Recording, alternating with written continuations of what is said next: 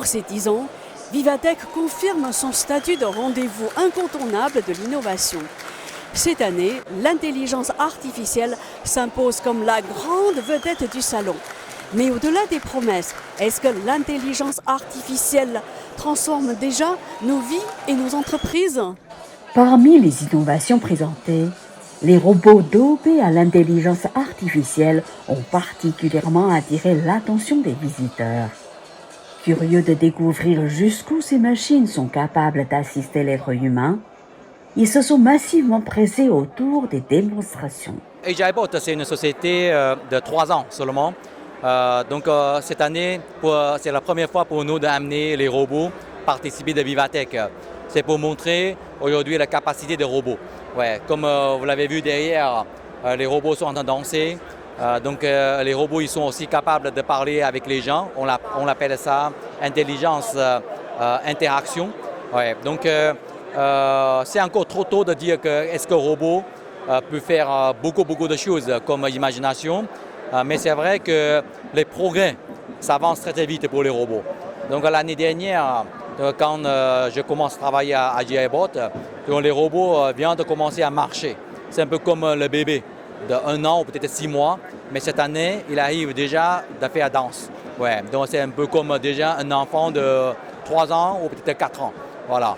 Donc si on estime que le robot un jour qui peut assister aux gens de travailler dans la cuisine, au travail dans les salons, je pense qu'on aura peut-être encore 3 ans ou 4 ans pour que les robots soient assez maturés de connaître déjà les environnements et de comprendre aussi les tasks, c'est-à-dire les objectifs qu'ils peuvent vraiment réaliser à la maison. Donc Youssou travaille dans ce métier, c'est vrai, à peu près 10 d'années.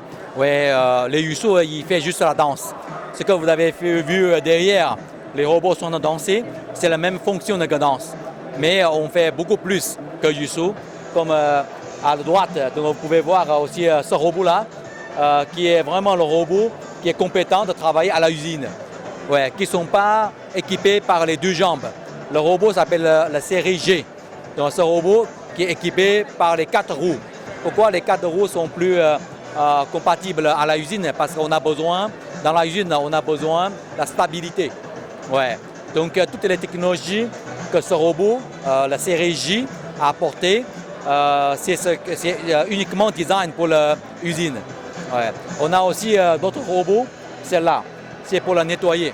Il y a un robot qui est équipé par l'autonomous driving, c'est-à-dire le système d'autonomous, ouais, et aussi le obstacle avoiding system.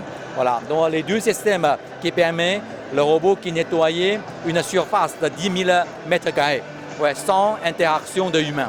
Ces robots humanoïdes n'ont d'ailleurs pas laissé indifférent un visiteur de marque, Xavier Bertrand. Le président de la région Hauts-de-France s'est arrêté devant le stand d'AGIbot pour observer de près ces technologies qui pourraient transformer durablement l'industrie et le monde de demain. Je pense qu'à la fois l'intelligence artificielle et les robots, c'est aussi une des façons de préparer l'avenir. Et pour une région comme la nôtre, c'est aussi une façon de prendre un temps d'avance. Et avec de nombreux partenariats, j'y crois énormément. Et c'est la raison pour laquelle ça m'intéresse de voir aujourd'hui quels sont les fabricants, les constructeurs de robots. Et j'ambitionne également que la région de France, après les supercalculateurs, devienne aussi une région qui puisse attirer les constructeurs de robots. Pour moi, c'est très important. Autre entreprise, autre approche de la robotique. L'objectif est avant tout de protéger les êtres humains en leur évitant d'effectuer des tâches difficiles et dangereuses. Nous, on est fabricants de ces produits-là.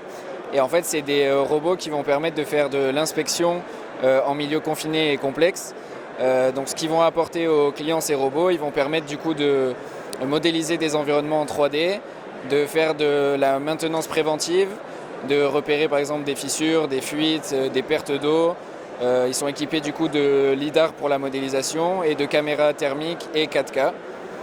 C'est des solutions du coup qui sont fabriquées 100% en France et qui aujourd'hui ont déjà été validées par des gros clients comme SNCF, Suez, Veolia, plein de grosses entités comme ça.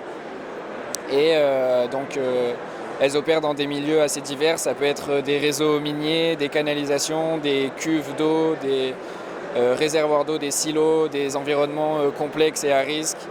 On a aussi des sujets avec la défense notamment. Visiteur passionné par l'intelligence artificielle et les technologies innovantes, Guillaume Barba a tenu à partager son impression sur cette 10e édition de Vivatech. Alors les points qui m'ont le plus marqué sur le salon d'un point de vue de l'IA, c'est la richesse des interventions, la richesse aussi des échanges qu'on peut avoir entre professionnels du secteur, mais aussi les rencontres, le networking, et de voir que l'écosystème est bien vivant et très actif. En direct de Vivatech, Camille Etienne pour Mantarin TV.